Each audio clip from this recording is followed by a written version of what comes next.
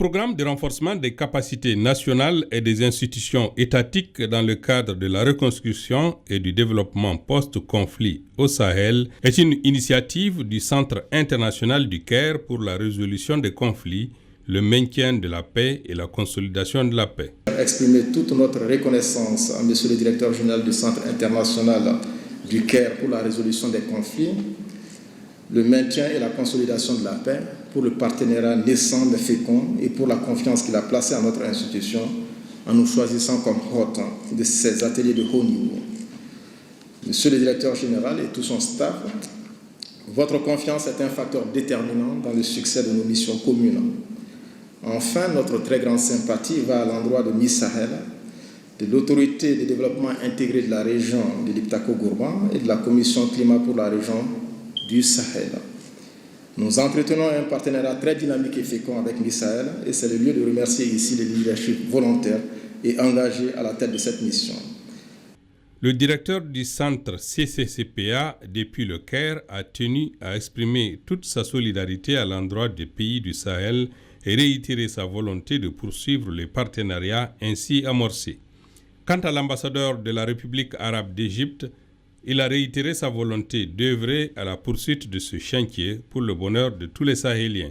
Le Liptako-Gourma, entité qui regroupe le Mali, le Niger et le Burkina Faso, a rappelé les défis qui se posent au quotidien aux populations sahéliennes.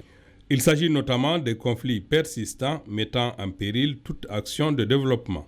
Il s'agit également de la difficile équation du pastoralisme et de l'agriculture dans cette zone fragilisée par les impacts climatiques et la raréfaction des ressources naturelles. Il n'a aucun doute que le Sahel connaît des conflits persistants liés à l'insécurité due au terrorisme qui a fait de notre zone l'épicentre de la crise saharo-sahélienne, entraînant des déplacements massifs de population et la perte des moyens de subsistance, la division entre nos communautés et la mise en mal de l'harmonie et de la quiétude de nos sociétés. La persistance et l'aggravation des tensions entre éleveurs et agriculteurs, loin d'être nouveau, se trouve exacerbée aujourd'hui avec la manipulation des communautés par des agents extérieurs. Face à cette situation, le chef de la diplomatie malienne estime qu'il faut une approche intégrée de gestion de ces crises. Depuis la création de l'Alliance des États du Sahel le 16 septembre 2023 et de la Confédération des États du Sahel le 6 juillet 2024, le Burkina, le Mali et le Niger parlent d'une seule voix pour dénoncer les ingérences étrangères et pour combattre ensemble les forces hostiles sous toutes leurs formes. C'est vous dire, mesdames et messieurs, que le processus de résolution de la crise qui frappe la région du Sahel appelle une approche globale, alliant à la fois des solutions militaires, mais également des solutions politiques, des solutions liées aussi à la prise en charge des dimensions de développement économique et social. Ce programme de renforcement des capacités va se décliner en 2 ateliers.